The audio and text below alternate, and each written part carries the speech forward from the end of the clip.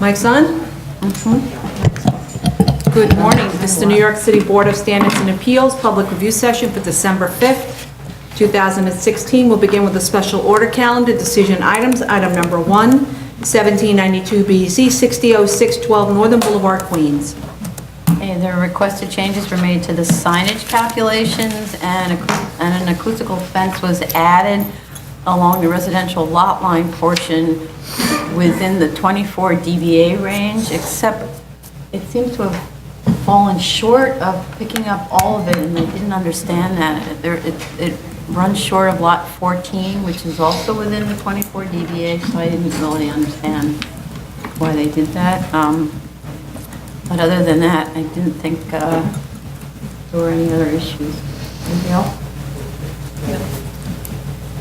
Is this something that you want from the applicant for tomorrow? Well, it'd be great if they would just extend the line of the acoustical fence to pick up the entirety of the 24 dBA, and then there wouldn't have to be discussion. It just seemed like an arbitrary place to stop it.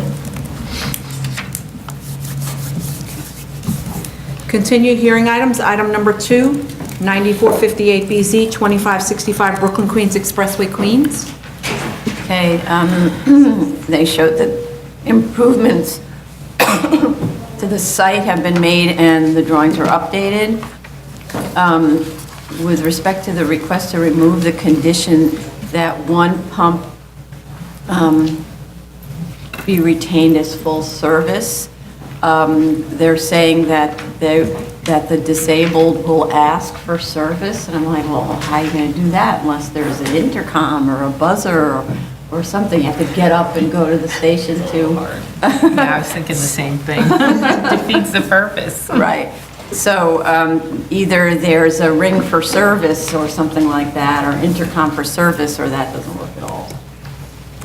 With respect to the signage diagram versus the photos, I saw signs in the photos that aren't shown on the diagram. For example, above and adjacent to the entry door, there are signs. Also, the calcs need to be per frontage, not like a whole collection.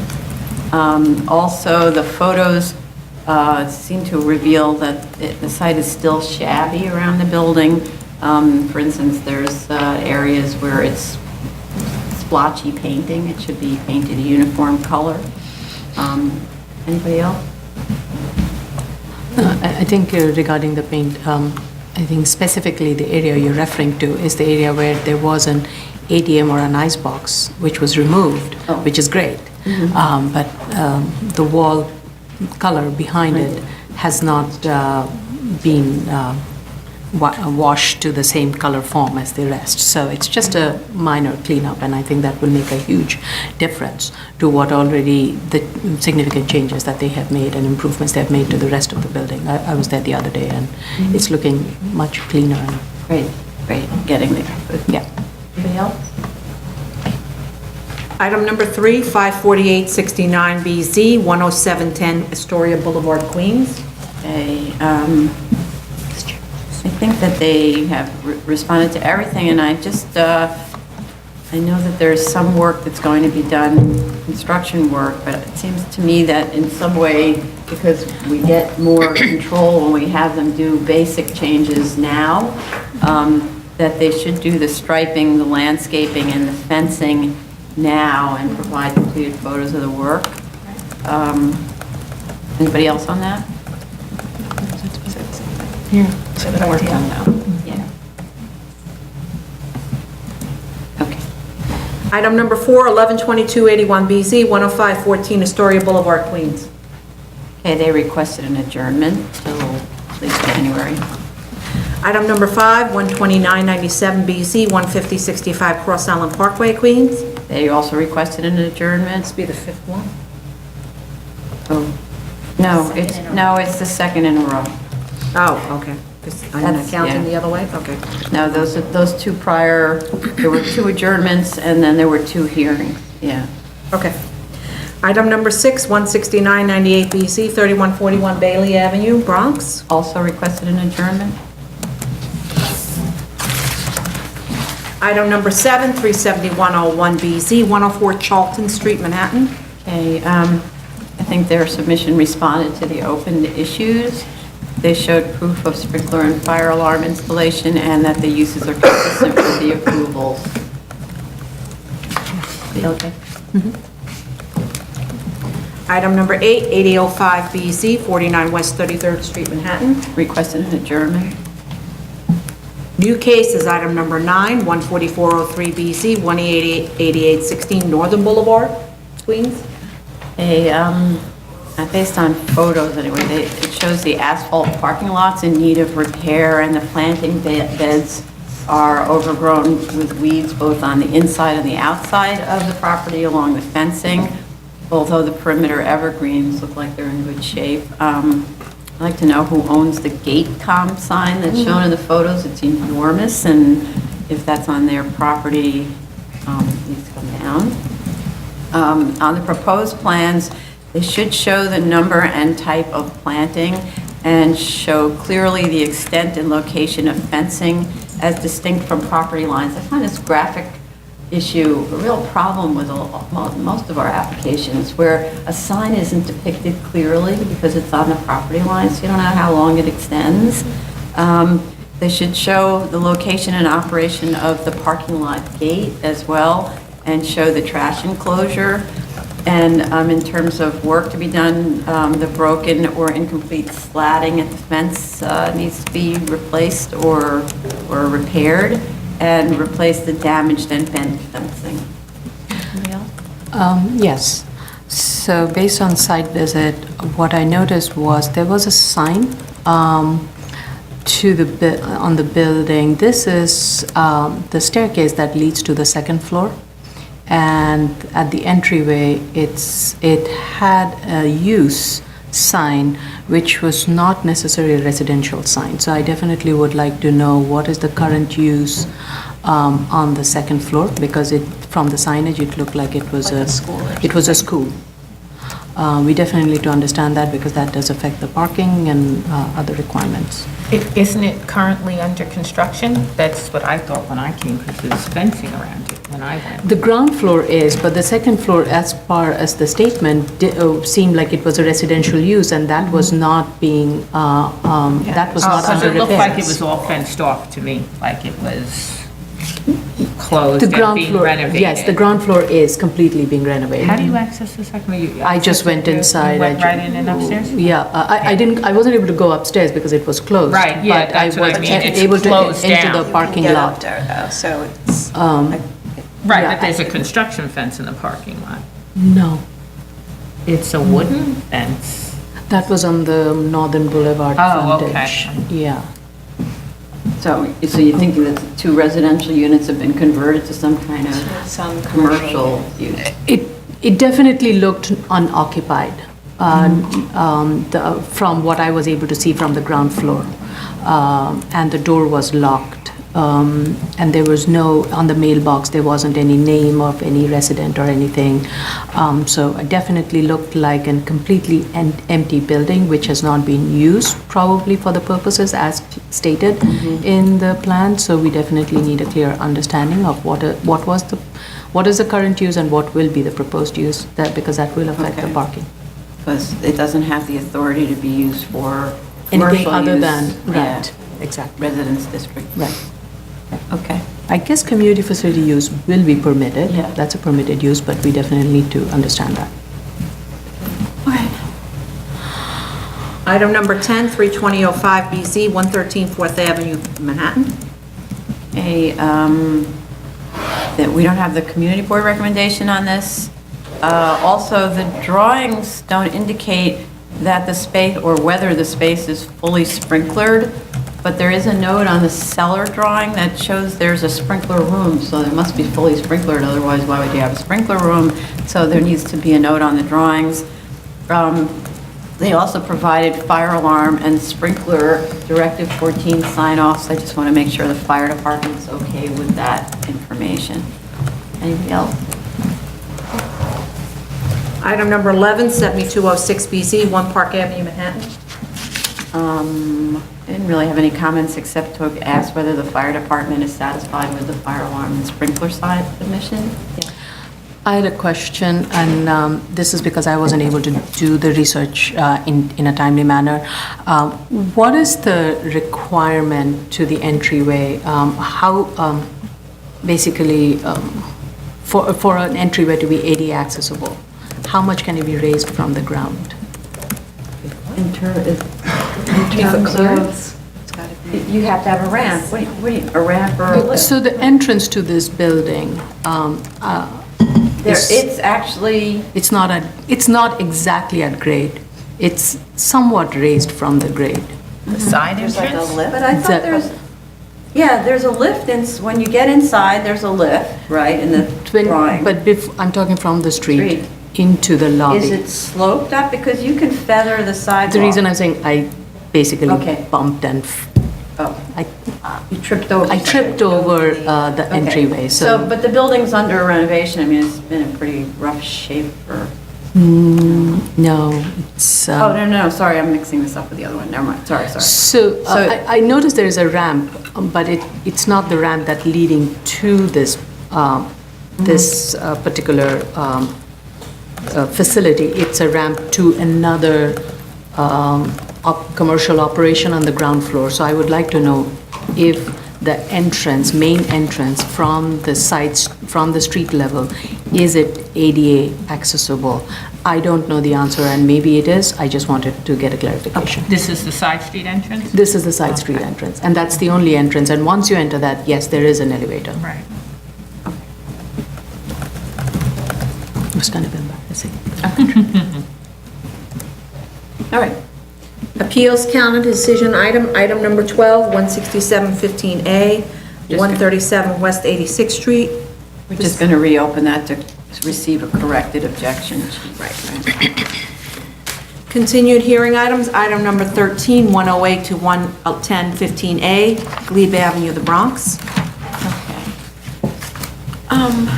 So there were materials that were provided this time where the applicant is trying to establish that the subdivision of Lot 65, where that existing building was, should have been approved with the subdivision of the subject lots, but actually nothing that they provided proves this.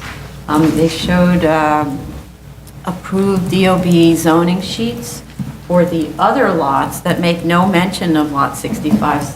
And so, there's no way for DOB to even have known, based on those drawings, that Lot 65 was formerly part of the zoning lot or anything, or that the existing building is on the lot line and therefore should be considered. So there are also no drawings that were submitted in association with getting the original subdivision approval. Just because you have an RP 604 doesn't mean that DOB signed off on the zoning analysis that's required of it.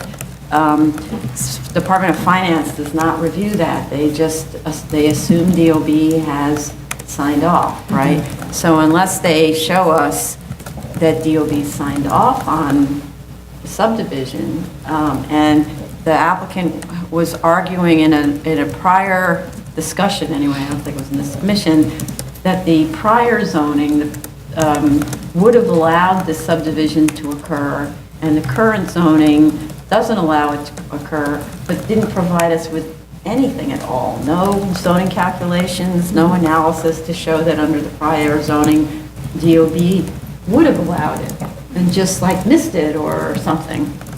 So I don't actually see where that's getting us in terms of that building. So then I guess a question sort of goes like this.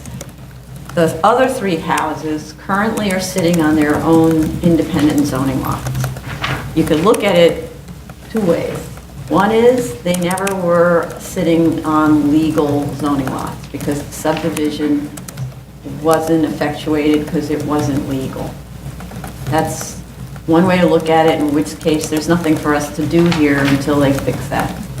Another way to look at it, but I'm having trouble getting my head around that one, is that though they sit on independent zoning lots, the zoning lots themselves are legal with houses that comply with the zoning, and that we could allow them to vest.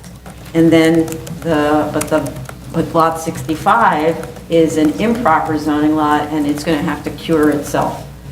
The reality of all this, though, is even if we said, you know, go away, we can't handle any of these, the only way you could cure it, it seems to me, is to shave off the rear of Lot 65, unless, again, I don't know what the zoning was at the time prior, right?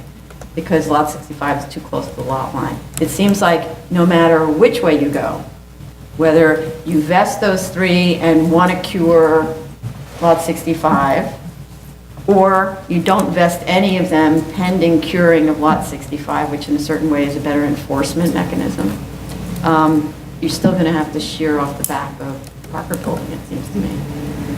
Does everybody have? That's the way I saw it. I think that they need to cure they need to cure the initial subdivision.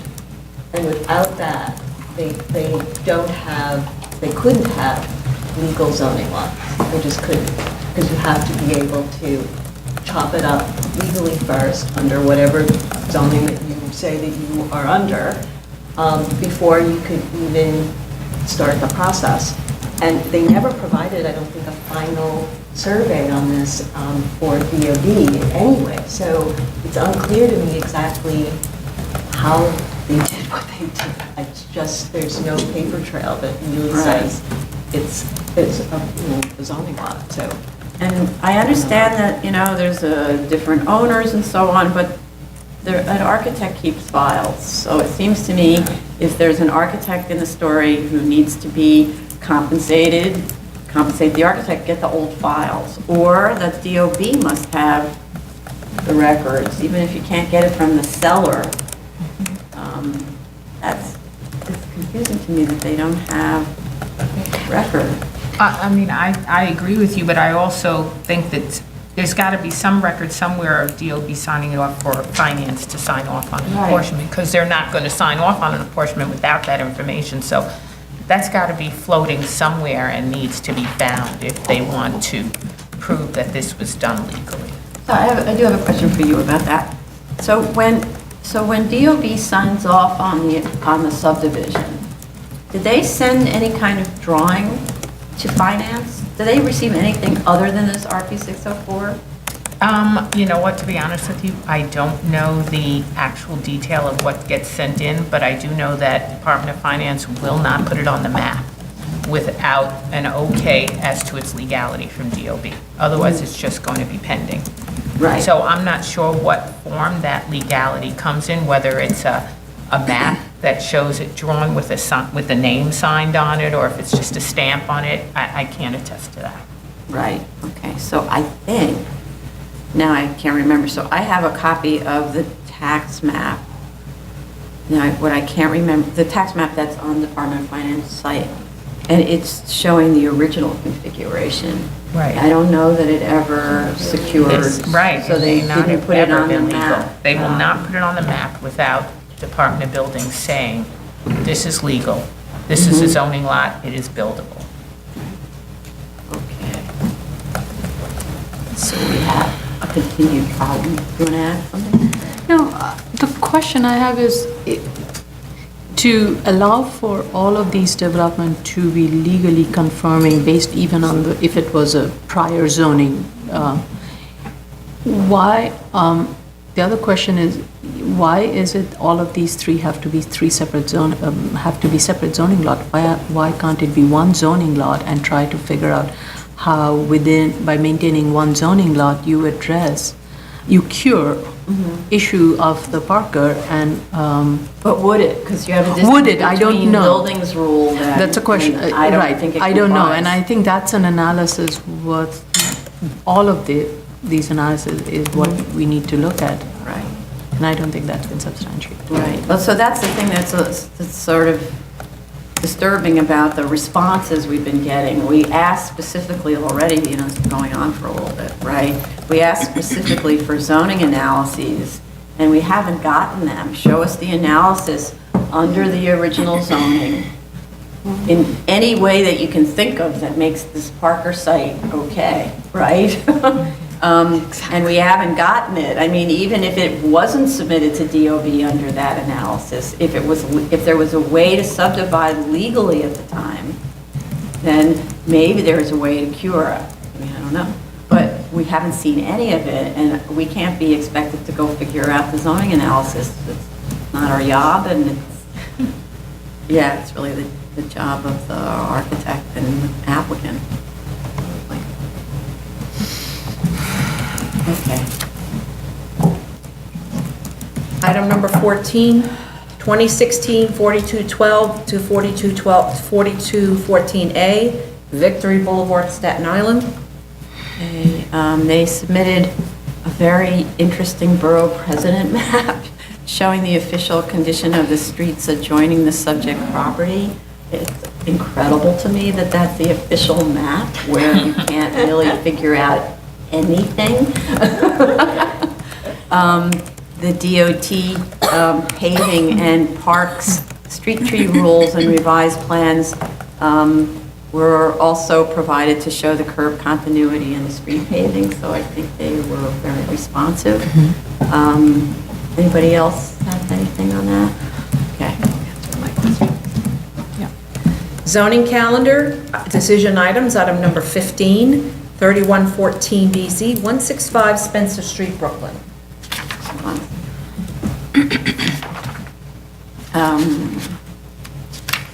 So we're going to actually take this off the calendar because there's a very large environmental issue that needs to be cleared up, and it's going to take months. And we've already deferred the decision for a year and a month, so happy anniversary kind of thing. So yeah. Okay. Item number 16, 11-15 BZ, 155 Dover Street, Brooklyn. I don't think anything was submitted. They were submitted, the revised drawings on Friday. Oops. I didn't get the chance. Okay. Neither did I. In everyone's defense, it was like Friday afternoon at 4 o'clock. Actually, the applicant's defense, this was actually they submitted earlier. And we asked them, hey, why did you submit this? And then they said, they oh, did. we did, and it was there. We just missed it. It was Okay, so the drawings should be showing that the dimensions are fixed. So ideally, the dimensions are fixed. So other than that, that was the only thing left. Item number 17, 27815 BZ, 3556 Bedford Avenue, Brooklyn. We also need to reopen this to receive a revised objection.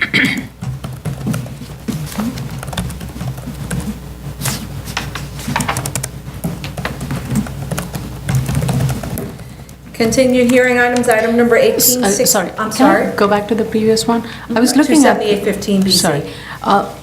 The objection, it wasn't clear to me what the objection was because I was looking at the objection sheet that was recently submitted to the previous one. It was the same, so I... Oh, the date of the objection was incorrect. The year was in the future. So obviously can't waive okay. something that In the hasn't happened yet. 17 Yeah. Okay, okay. Thank you. Okay, continued hearing items, item number 18, 6-14 BZ, 2525 Victory Boulevard, Staten Island. They revised the plans to respond to the issues raised at the hearing. The landscaping data, though, should be consistent on all the plans or only shown on the landscaping plan. I find that something that's quite confusing, where you show a few bushes on one drawing, and then the DOB thinks, or we think in the future, that that's what was approved for landscaping. So there really just needs to be either a landscaping plan only, or the same data appears on all the drawings. I'd like to know what the reason for not landscaping the area to the rear of the building on Montauk Place is. There's this kind of strange open place there, and what's proposed with the use of that. I didn't see, like, underground storage tanks. I didn't see why you wouldn't be able to plant that, so. They should clarify on the drawings the exact location of the fencing. Again, same issue about graphic depiction of fencing, and where the privacy screening is being provided. They should clarify whether 6 or 7 parking spaces are provided on the site, because the traffic study says there are 7, and the statement of fact says there are 6. I think the drawing shows 7. The signage drawing should show the elevations of all the signs. In one of the photos where they were showing the shrubs that they submitted recently, it shows this number 7 sign above the air pump, and that's not shown on the plans. And then the planting, trash enclosure, and electrical enclosure should be done prior to our vote, it seems to me. I do understand that there's going to be construction going on, but again, it's that kind of thing where this is the stage where we can at least see some of the improvements made. And then they should provide photos after of the entire site, not just little bits. I think that's another problem. They show a photo of one little spot, and we don't know, like, you want to just turn around and say, yeah, but what's going on just to the left? So it should be a full 360 photo survey. With a key. With a key. Yeah. With a key. Anybody else?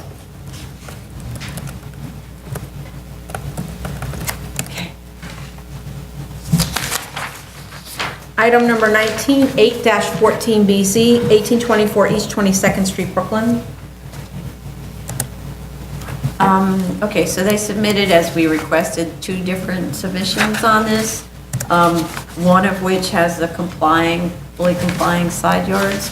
So since the board determined that we don't have the authority to waive that section, we can close and vote, it seems to me, on the complying drawing that has the full total side yard width that complies with 23461A.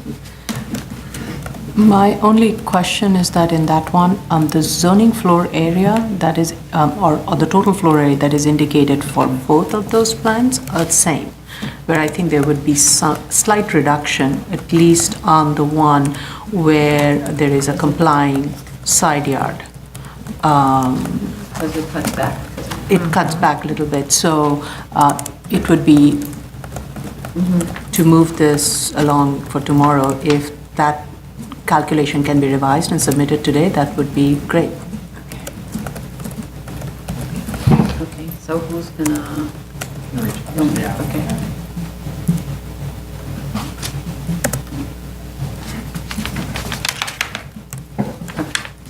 Item number 20, 4114BZ, 2137 Waverly Avenue, Brooklyn.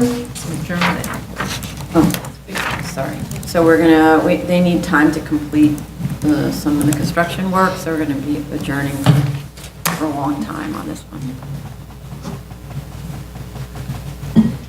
Item number 21, 9114BZ, 3420 Bedford Avenue, Brooklyn. Okay. So bear with me, this is going to take a while. Okay.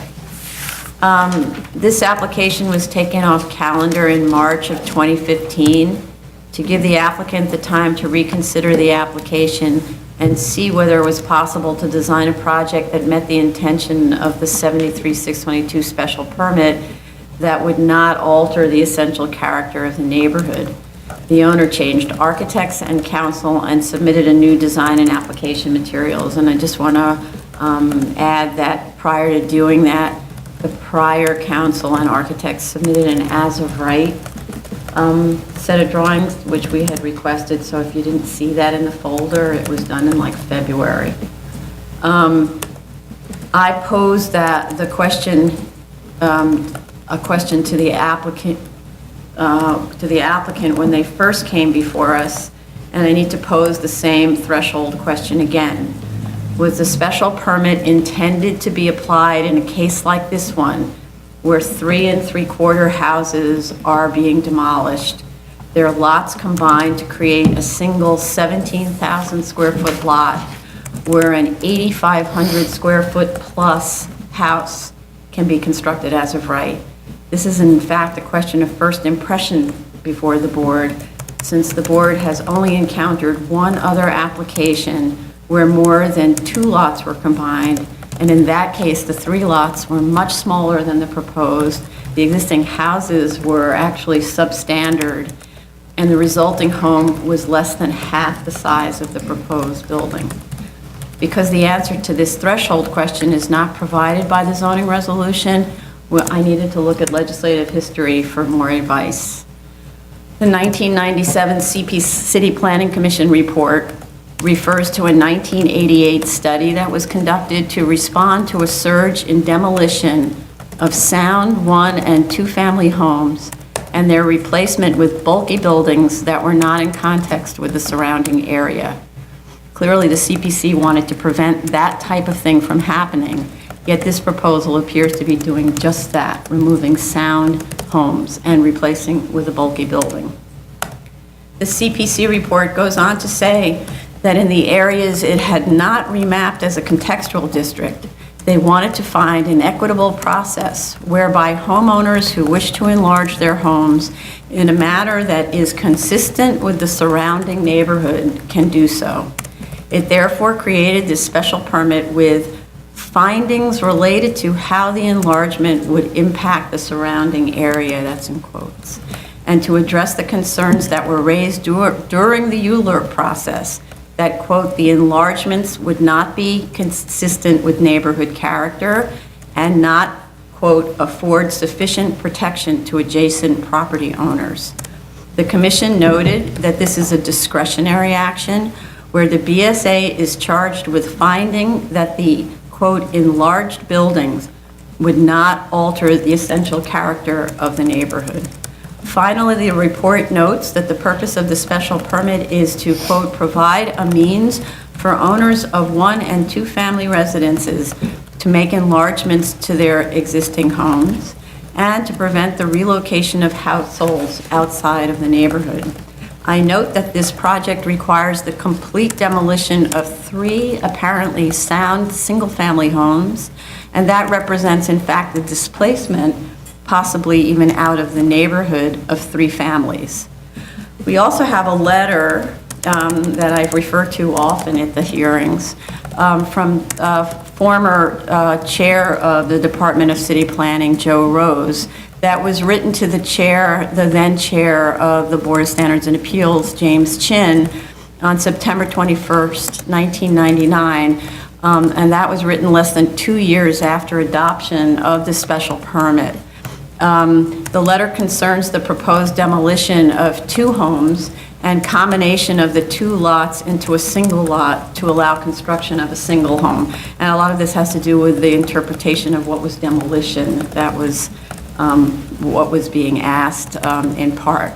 After the letter asserts that the special permit is intended only for home enlargements and not new construction, Commissioner Rose continues, even assuming that ZR 73-622 were incorrectly read to authorize construction of non-compliant new homes following demolition of existing residences, the Commission believes that the proposed new structure is not appropriate at this location and, if approved, would alter the character of the block.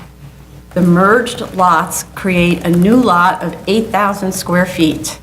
The application proposes a new single-family home of 7,173 square feet, which will be almost 4 times the size and floor area of the surrounding homes on the block. The existing single-family detached homes on 40-foot wide lots have an average floor area of 1,800 square feet. Under the current R2 zone, which permits 0.5 FAR, an as-of-right single-family detached house of 4,000 square feet can be built on an 8,000 square foot lot. Section 73-622 states that the Board of Standards and Appeals shall find that the enlarged building will not alter the essential character of the neighborhood. We believe that the proposed new home, which is clearly not an enlarged building, would alter the character of the block in a number of ways, and I'll just list the 2. Although the proposed house meets the height regulations of the R2 district, it will be nearly 12 feet higher than all other houses on the block, 39 foot 10 inches in height as compared to the existing 28 inches in height.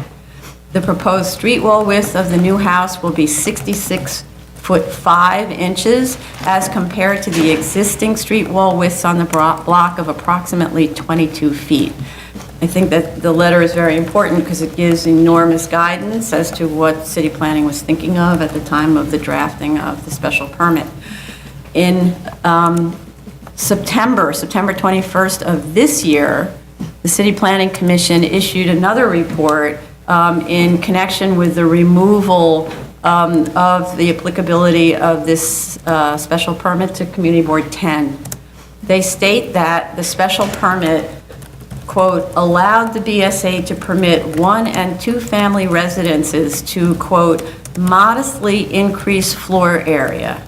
It states further that, quote, the intent of the special permit was to provide a means for growing families to add a bedroom, bathroom, or extend a kitchen within certain limitations that would allow the enlargement consistent with the existing neighborhood character. So virtually all of the applications before this board have involved enlargements of existing homes on small lots where side yard, front yard, and rear yard regulations constrain the ability of the homeowner to utilize their homes for their growing families, where adequately sized bedrooms, bathrooms, kitchens, and living rooms would, without relief from the special permit, be an impossibility. A June 2016 Wall Street Journal article reported that the median size of a single-family home is 2,467 square feet, and CNN and CBS deem extremely large houses to be those measuring 4,000 feet and up. Investopedia reports that 5,000 to 8,000 square foot houses are becoming increasingly common, and of course there are much larger houses than that. But was the special permit envisioned to facilitate construction of those houses? And point to an interesting little factoid that Thomas Jefferson's Monticello, which is considered quite a large house, is 11,000 square feet. All of the above that I've listed indicates to me that this special permit was not intended to be applied to a situation such as this one, where rather than a modest increase in size to facilitate development of an above average size and even large home, the existing nearly 4,000 square foot home, already larger than the average, is to propose to be enlarged by almost 10,000 square feet.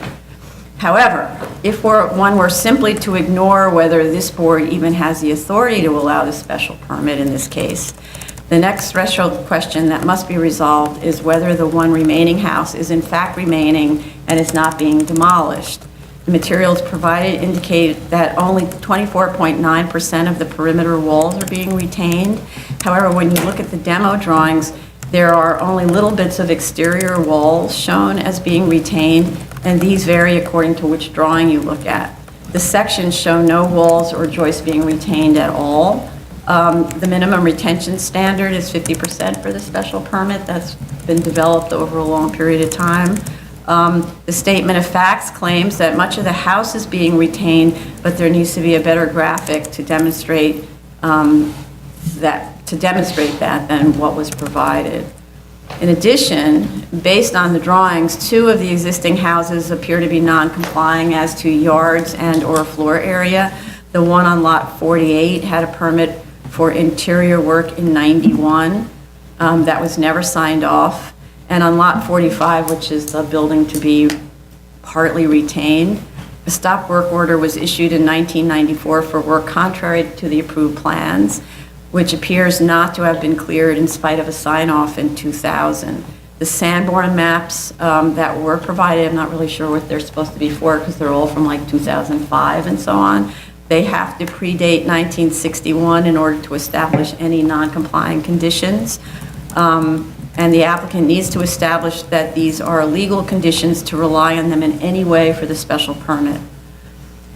And then assuming that we could get past the threshold issues of intent and existing building, the main question is whether the enlargement would alter the essential character of the neighborhood, which is the finding to be made.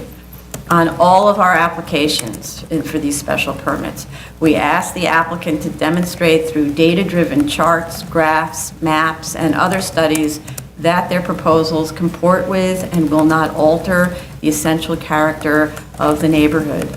Based on this data, we ask the applicant to make changes to the designs that result very often in decreases in height, floor area, lot coverage, rear yard, front yard, and side yard incursions.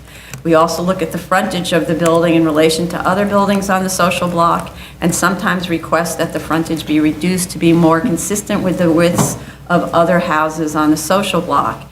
In this case, because the house and lot size are so large, we ask the applicant to provide a lot of studies to make their case. So, going through the urban cartographic materials one by one, this is what I learned. The character graph shows that the vast majority of houses approved in the area under the BSA special permit have been 6,000 square feet and under. This is consistent with news reports on large and above average house sizes and the special permit's purpose of enabling homeowners to expand their houses to meet expectations of growing families and the housing market. Only one house was approved at 8,000 square feet and one at 12,000 square feet. The proposed is 13,700 square feet, well outside of the norm for these special permits. The lot coverage diagram shows the proposed at 46% lot coverage, somewhat higher than, but approximately in line with lot coverages of other houses in the study area.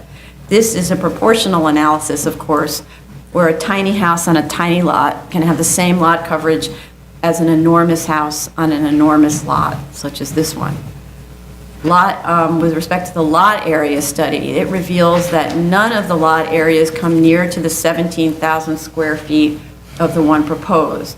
The 12,000 square foot lot at lot 31 across the street apparently contains two houses, each of which sat on a separate zoning lot until their combination in 2008, so that is not a comparable condition.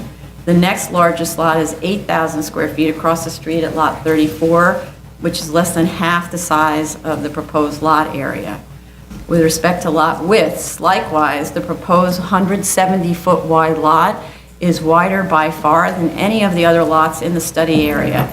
The closest comparable is again across the street at lot 31 and is 120 feet wide, but contains two houses, so is not a comparable condition. Its neighbor is 80 feet wide. Every other lot in the study area is between 34 and 60 feet wide, with the vast majority at 40 feet. The floor area diagram shows the proposed at 13,703 square feet. The next largest amount of floor area on a zoning lot is shown as 11,997 square feet on block 7661, lot 31, but that is the same lot, apparently contained in two houses, so not a comparable condition. The data may also be incorrectly applied on that site because that same lot was the subject of a BSA grant in 2007 to the same owner as that of the subject lot. It is not clear from DOB records whether the house was actually built. However, there is an open stop work order on it and the job was not signed off. The building permit expired in 2014, and if substantial construction on that house was not completed within 4 years of the approval, the special permit lapsed by operation of law in 2011. Hence, the floor area of the existing conditions, that is 6,448 square feet according to BIS and the BSA approval, should be shown rather than the special permit conditions. The next largest house after that is directly across Bedford from the subject and is 6,496 square feet. The proposed is twice the largest house in the study area. And as of right, 8,500 square foot plus square foot house can be built on the subject lot. And I always say plus because they're not taking into account potential use of attic bonuses and garage bonuses when they did their as of right study.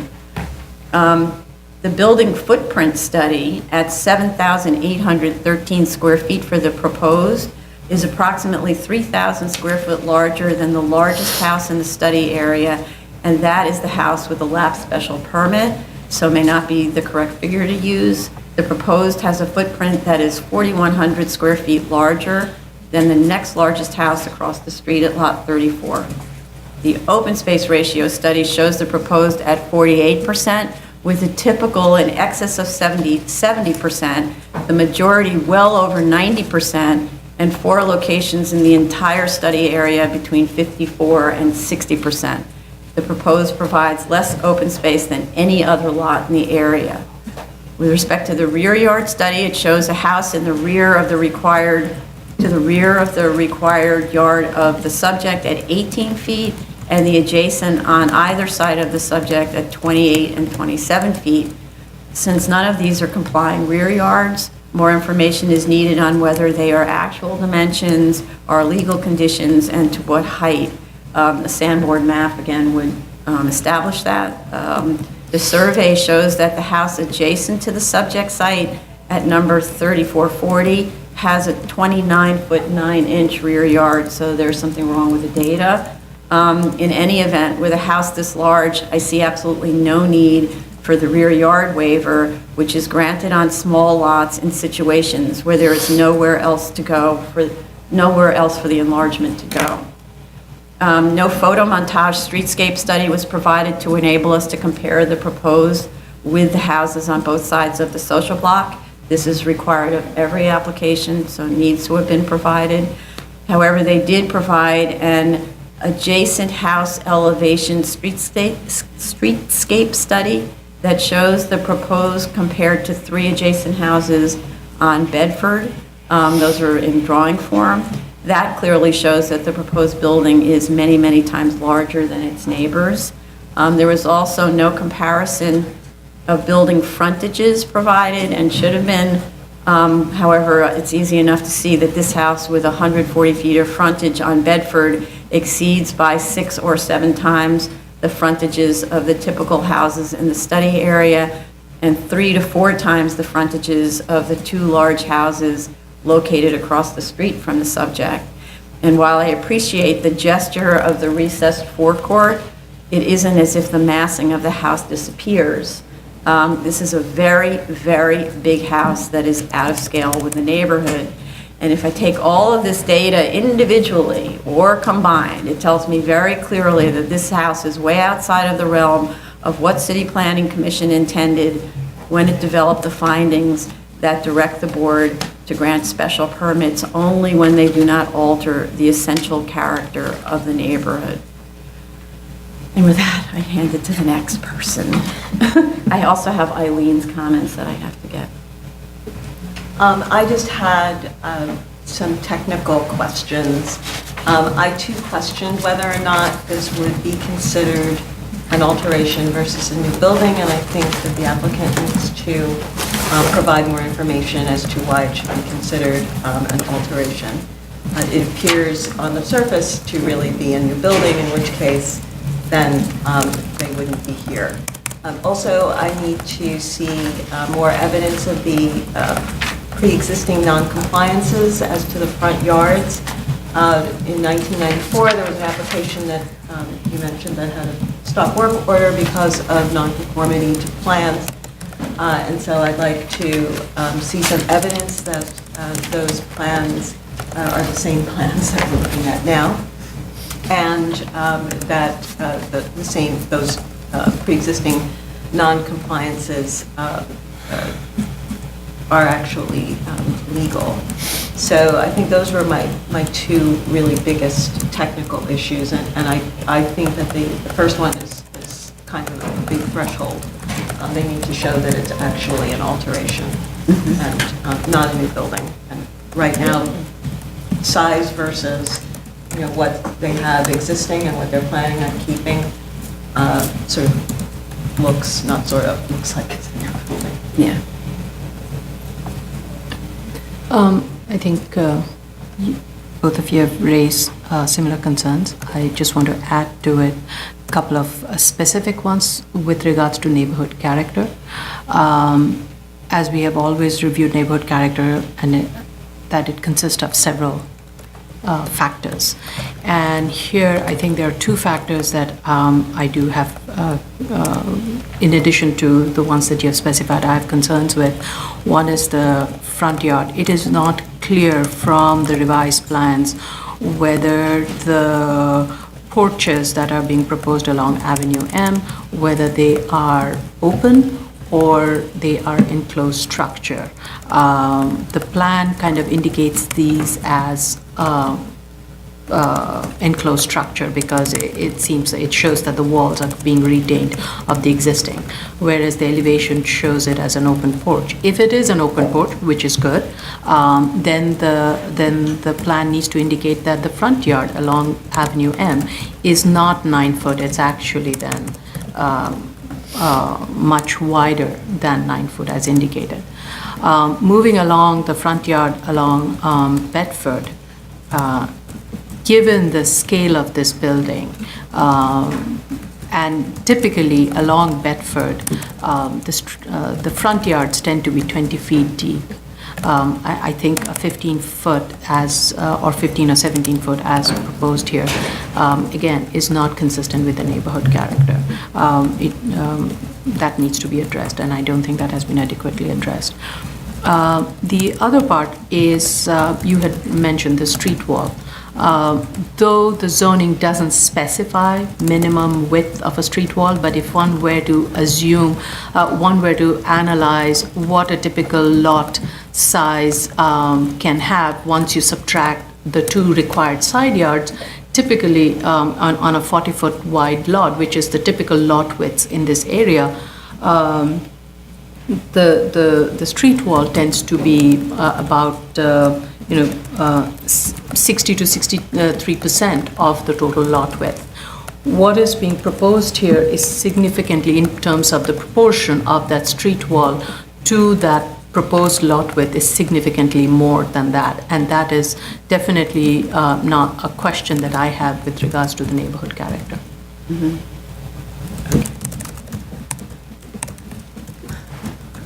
Do you want to add anything?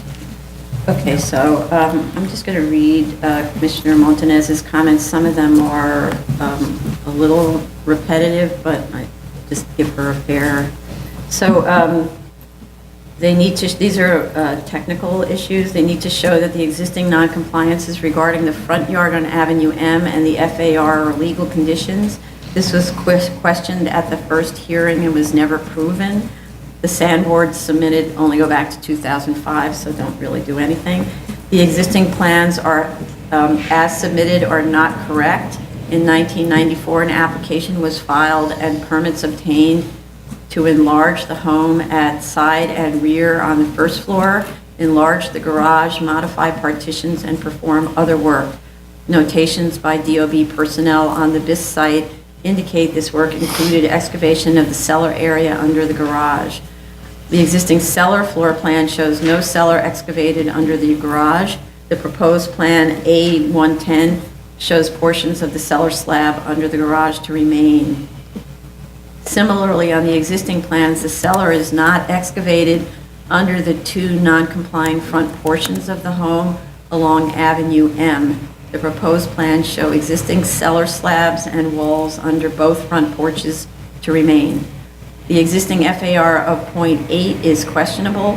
The architect should provide dimensions, calculations, and area of every room.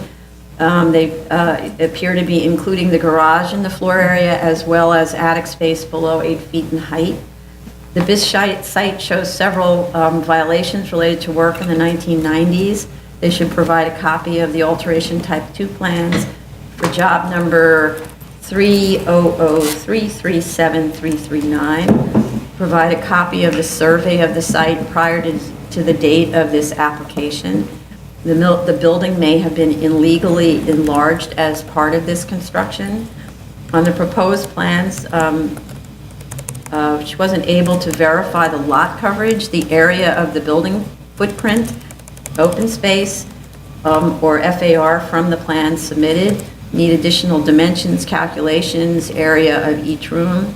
Show how the total floor area for the building is calculated.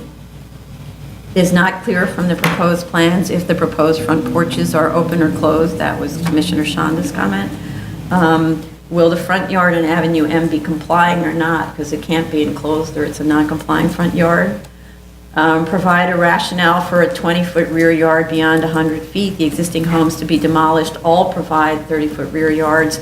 Would a complying rear yard work? If not, why not? In the proposed home, attic space is not usable.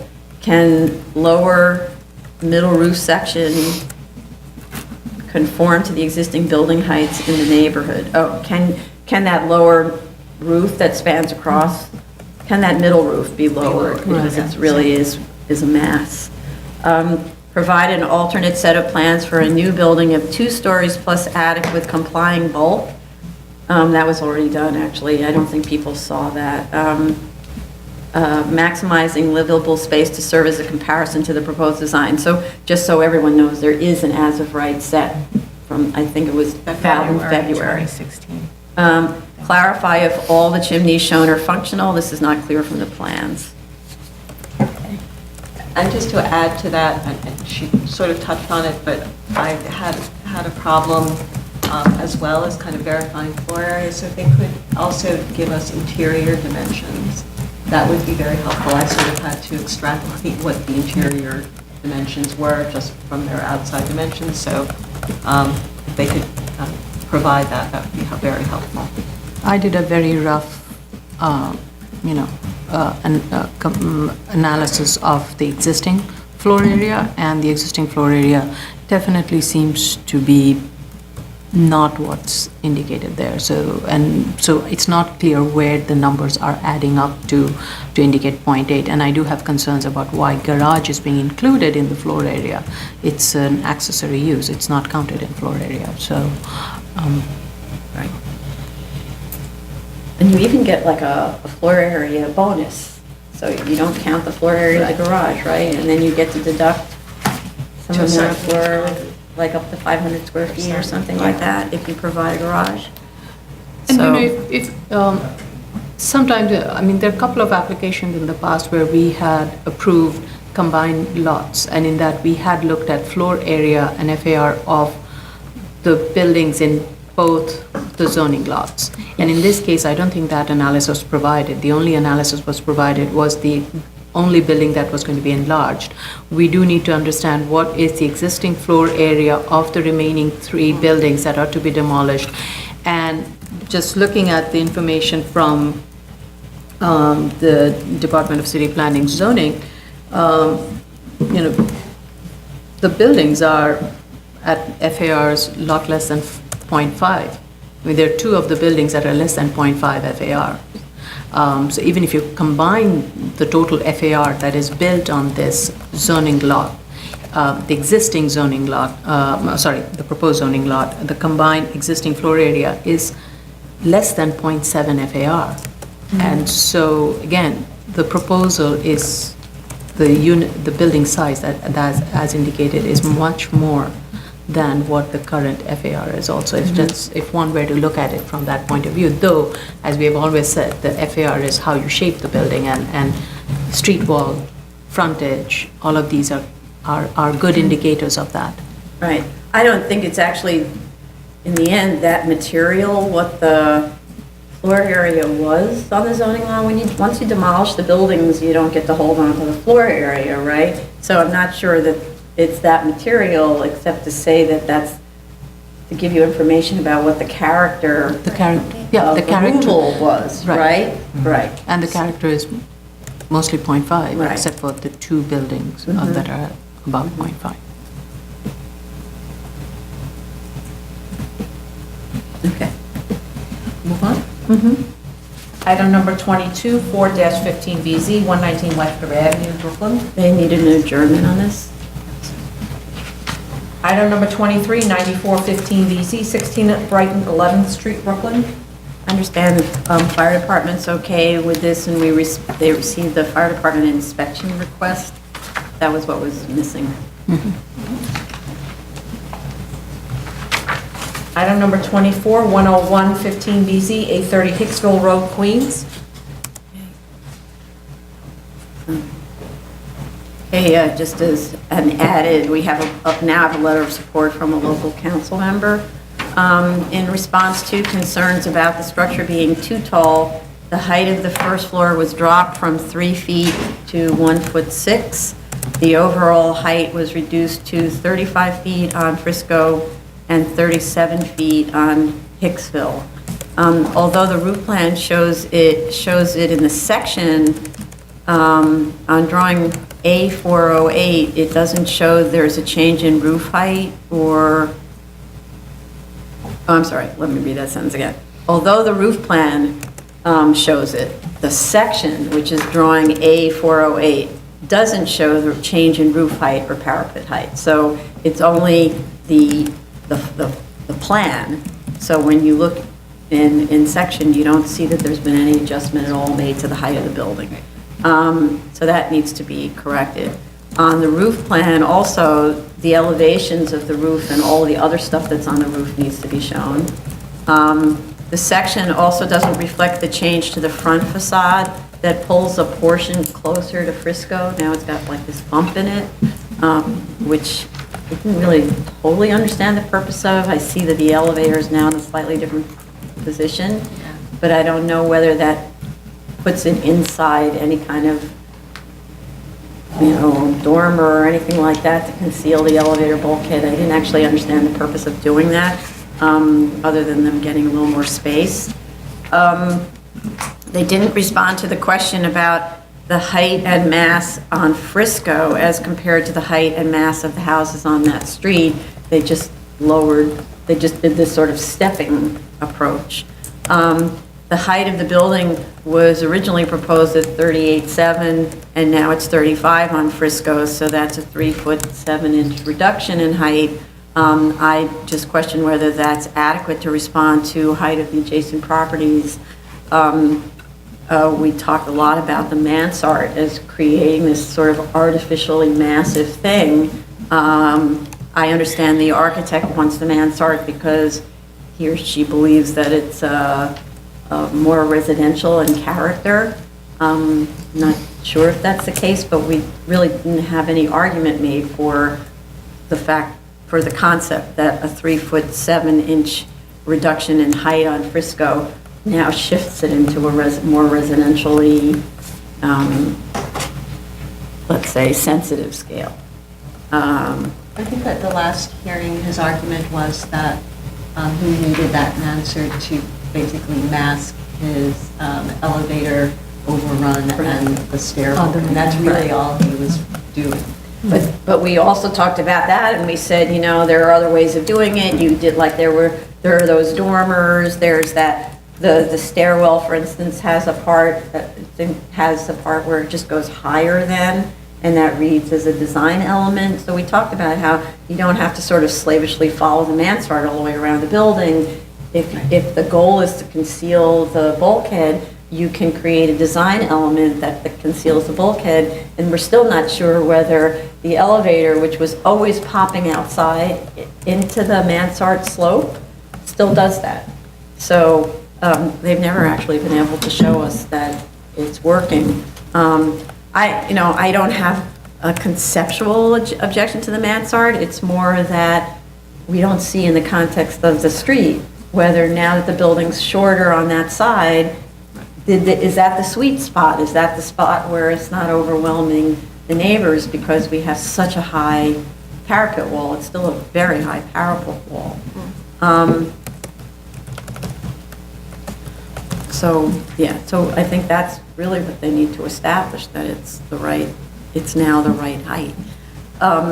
They also did add, which we asked them to do, wrought iron fencing along the entire length of the side yards with a gate to prevent access other than for maintenance. And they also provided the dense buffer hedging, which is good.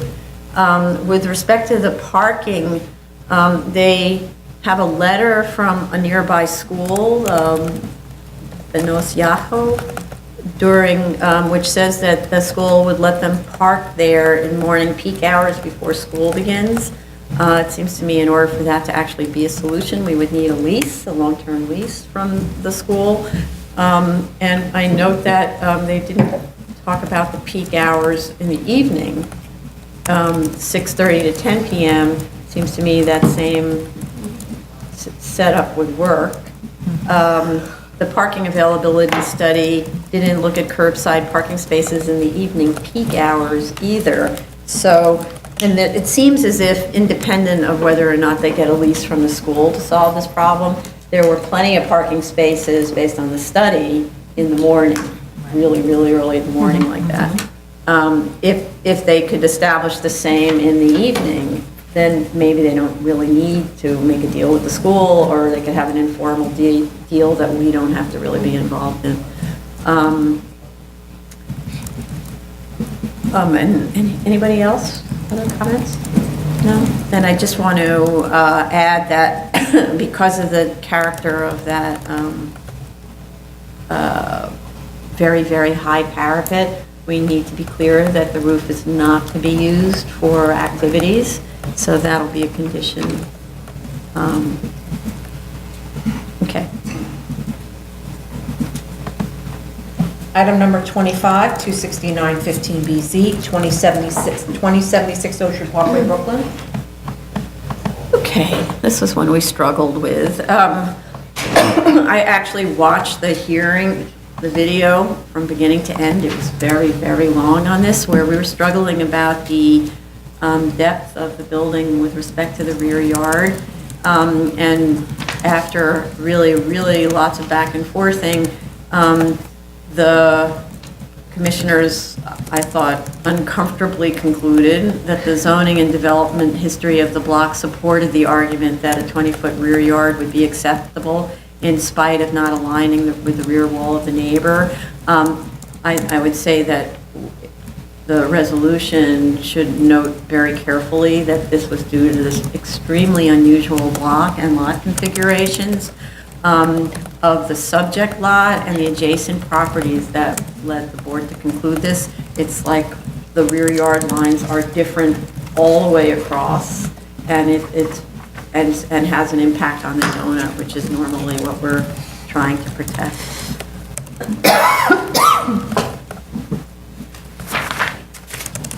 Good. New cases, item number 1, 17215BZ, 14645 22nd Avenue, Queens. Okay, just to note that the statement of facts is internally inconsistent with respect to floor area of the dwelling units. Are they 900 square feet each or 896 square feet? I don't know. This also, it incorrectly designates the side yard as a 30-foot rear yard. It's a side yard. Since the 0 lot line buildings are permitted in this district, I'm not sure we have enough information to determine whether this lot at 25 feet wide is uniquely burdened vis-a-vis interior lots. They should provide more info on the impact of the regulations on interior lots. It seems as if only one other vacant lot within 800 feet is similarly situated.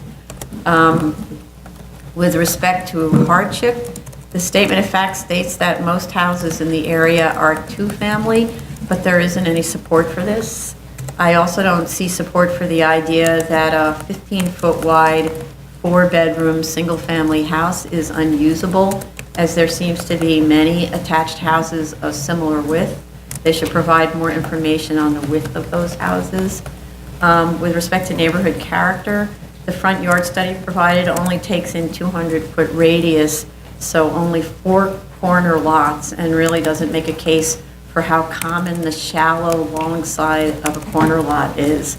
Only 2 are equal to or shallower than the proposed 7-foot, and the front yards along 22nd Avenue, with only 2 exceptions, are 9 feet or significantly deeper.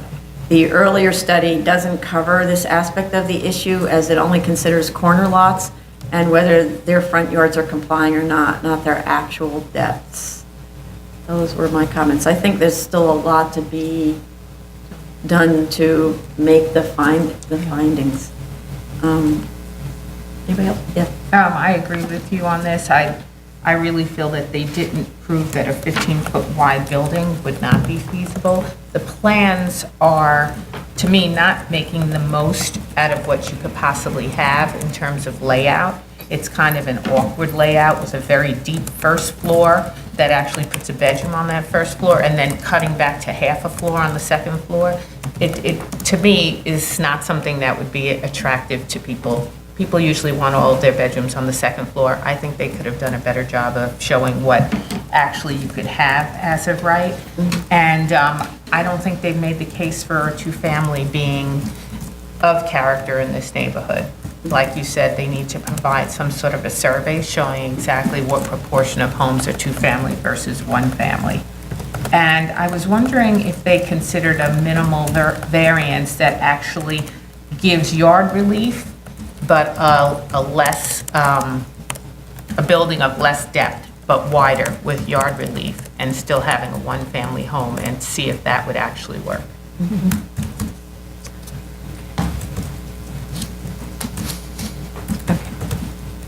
Anybody else?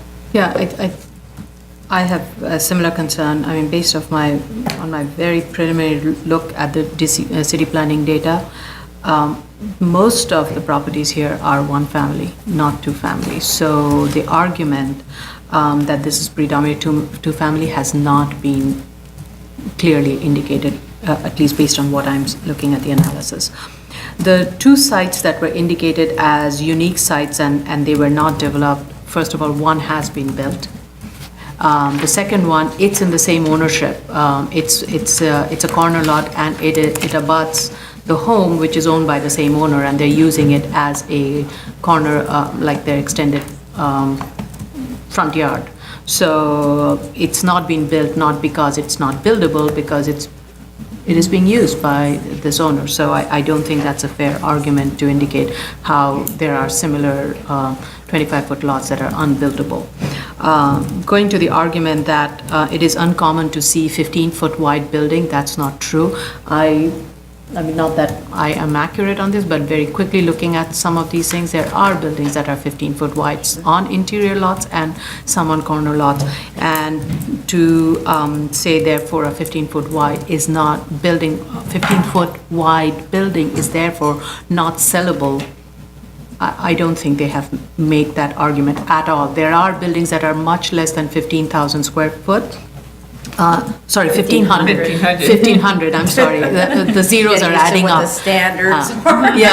No, there are buildings in this neighborhood that are much less than 1,500 square foot, and they are very well lived in, and they're on the market.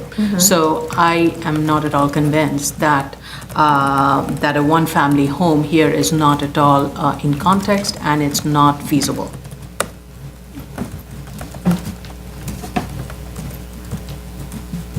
Anything else? No? Okay. Item number 2, 2016-4209BZ, 227 4th Avenue, Brooklyn. Okay. This one, we have the certificate of no effect from LPC, Fire Department, and DOI. We don't have the community board recommendation or even proof of service to them, so I'm not sure that they were notified. I didn't see any other issues. I think it's a great use for this building. It's been kind of in a really bad way for a long time. Yeah. Anybody else? I had a question, and that was the signage that is shown on LPC sheet 105. I'm sorry, the signage that's shown on the BSA sheet number 105, and comparing that to what's on the LPC approved plan number 602. It shows that the lower sign above the door is a neon sign located minimum 18-inch behind the glass, whereas sheet 105 indicates an acrylic letter adhered to the exterior with a backlit illumination. I just want to make sure that's consistent with what LPC's intent is, that's all. I'm guessing LPC would prefer the acrylic letters over the neon sign. I would think but so. I don't know. But otherwise, it's a great use of this building. It is. Yeah. Okay. Item number 3, 2016-4210BZ, 19 Robinson Avenue, Staten Island. Okay. So I note that if the owner purchased the property in 1987 and the lot was no longer held separately and individually, I don't understand how it could have been developed as of right prior to the 2005 text amendment. I didn't understand, there was some kind of contorted reasoning there. The dates didn't work. Did the minimum lot size change on the text? No. The 2015 case cited indicates that the zoning text had changed in 2008, rendering the previously conforming lot size too small. I don't know if that's the case here, but that's what happened on the case that they were relying on. And I don't see that that's what happened here. And without seeing the zoning section from the zoning resolution that sort of rendered this impossible to develop subsequent to the change in the zoning wasn't provided. So I'd like to see both the current and the pre-2005 zoning sections that apply to this site that might have made that other site developable. Actually, might I just make a suggestion that the CPC report for that text change will have like the crossed out version that actually has it all in one place. It's easier to see. Yeah, like I actually went online looking for CPC reports. I could not find a CPC report that was coincident with the dates they were talking about. And then I really was giving them, okay, it wasn't in 2005, maybe it was in 2008 or 2003, but I didn't find the report. So I'm not sure what they're talking about. And I'd like to know what's the radius of the vacant lot study. They didn't actually show us that. Also, there are these hatched walls shown on the floor plans. I don't understand what they mean and how the cellar is located entirely below the base flood elevation is permitted to be enclosed the way it is. They're treating it like a real occupied space. You don't see any of those breakaway panels. There's very lovely sliding doors, so I don't actually think that's allowed. I'm not seeing the need for the rear yard waiver. The as-of-right house is ample and the bedroom count is not affected.